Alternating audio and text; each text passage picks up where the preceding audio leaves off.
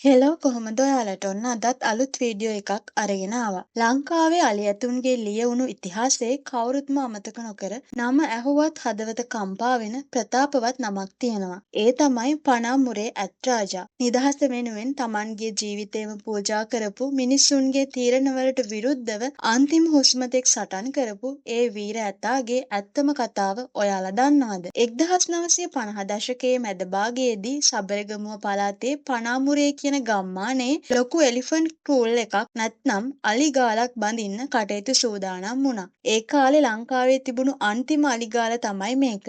මඩුවන්වල රටේ මහත්මයාගේ කාලේ ඉඳන් පැවතගෙන ආපු මේ ක්‍රමයේදී කැලේ ඉන්න දඩ අලි රංචු පිටින් ලොකු ලී වැටක් ඇතුළට කොටු කරලා තමයි අල්ලගන්නේ. මෙන්න මේ වගේ මහා රැලක් කොටු කරපු අලි ගාල් කිරීමකදී තමයි කවුරුත් හිතපු නැති තරම් ප්‍රතාපවත්, තේජවන්ත, තරුණ ඇත් රජෙක් මේ ගාල ඇතුළට කොටු වුණේ. අනිත් අලි ඔක්කොම බය වෙලා මිනිස්සුන්ගේ වෙඩි හඬවල් සහ ගිනි කූරු ඉදිරියේ අසරණ වෙද්දි මේ ඇත් රාජා Tamanගේ නිදහස වෙනුවෙන් මහා සටනක් පටන් ගත්තා. ගාල ඇතුලේ හිර වෙලා හිටපු අනිත් අහිංසක අලි පැටවුන්ට සහ කිරි අම්මාවරුන්ට ආරක්ෂාව දීලා Tamanගේ රැළ බේරගන්න මේ ඇතා මහා පුදුම වීර ක්‍රියාවක් කළා. මිනිහෙකුට ළඟට එන්න දුන්නේ නැහැ. ගහපු හුළු අතු වලට වෙඩි බෝර වලට බය වුණේ නැහැ. ගාල වට කරලා තිබුණු මහා ශක්තිමත් කොටස් පවා බිඳ දාන්න මේ ඇත් රාජා සමත් වුණා. දවස් ගණනක් තිස්සේ කෑමක් බීමක් නැතුව නිදහස වෙනුවෙන් මේ සතා කරපු අභිමානවත් සටන දැකලා ඒ කාලේ අලි අල්ලන්න ආපු මිනිස්සු පවා පුදුම වුණා. ඒත් මේ කතාවේ තියෙන්නේ ඉතාමත් කනගාටුදායක හිත හදාගන්න බැරි